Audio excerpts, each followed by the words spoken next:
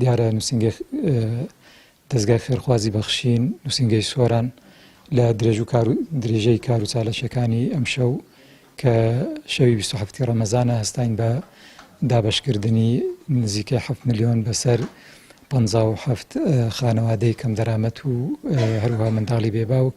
خوای گەورە پاداشتی خێرخوازان بداتەوە کاو کارمان بوون لەو سنوورە و خوای گەورە بەرەکەت بخاتە ماڵ و سەرۆت و سامانیان. وهروەها لە چەند ڕۆژی ڕابردوو هەر باوکاری خێرخوازان هەستاین بە دابینکردنی ماتۆڕێکی سێتایە ماتۆڕی بار بۆ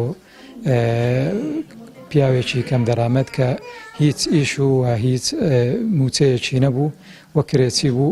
خوای گەورە لەوەش پاداشتیان بداتەوە. هەروە ئەمڕۆ هەستاین بە دابینکردنی دوو مەچینەی خەیاتی لەگەڵ دوو مەچینەی ئۆڤەر بۆ دوو خانەوادەی بێسەرپەرشت کە منداڵی بێباوشیان هەبوو.